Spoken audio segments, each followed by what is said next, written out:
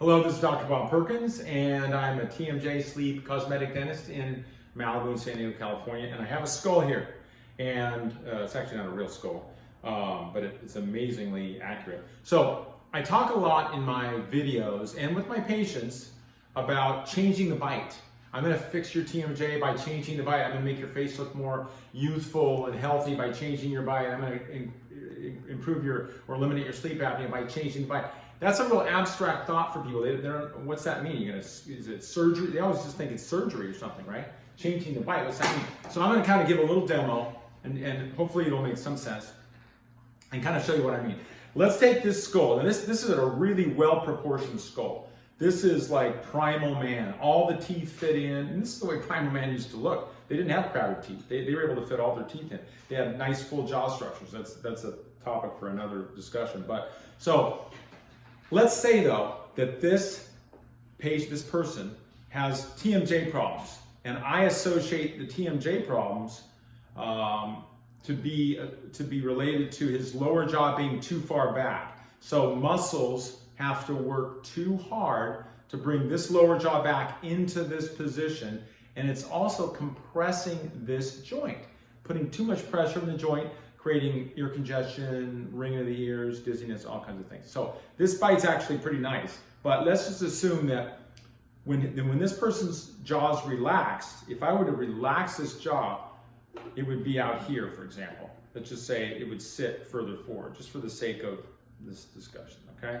But when he brings his teeth together, he's got to use muscles to bring his jaw back into this position, okay?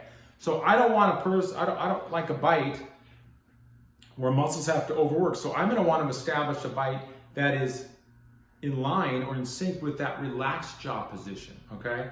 So what I'm going to do is, there's ways of relaxing the jaw, several ways. Let's say I use a TENS unit, which is designed to relax muscles anywhere.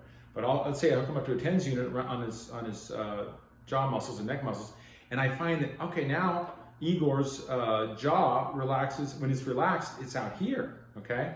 So I would want to establish that position. This is where I know this lower jaw wants to be. The lower jaw wants to be here with respect to this upper jaw. This is where it's relaxed. This is where it's not relaxed. I don't want this bite. This is not a good bite. Muscles have to work too hard to go in that bite. So now I find that this is where his lower jaw wants to be. The joint's decompressed. I'm going to take this material. This is where we want the bite to be. I know it's not very accurate, but it's kind of sloppy. But I'm going to put this material in here. Okay, I'm going to do it right now. Right. So this material is going to go in, and it's going to set up, and it's going to give me a relationship. It's going to index the relationship between the top and bottom teeth in the proper jaw position, in the position where I want it to be. Now this person, if his jaw is able to stay in this position, the jaw's not going to have to work. The muscles aren't going to have to work to pull the jaw back. So the reason they can't stay in this position is because their back teeth don't touch when they're forward like this. Their back teeth don't touch, so they can't function in that bite. They can't find that bite where it should be. But by using this material, I can now send this to the lab, and the lab can make something that I'll put over the back teeth on a temporary basis, non-invasive, acrylic. Now, when I put that acrylic on these back teeth, now their teeth will touch in that back position, and they'll be in this bite. They'll be in this bite, and they'll be able to sample that bite. So that's what changing the bite is.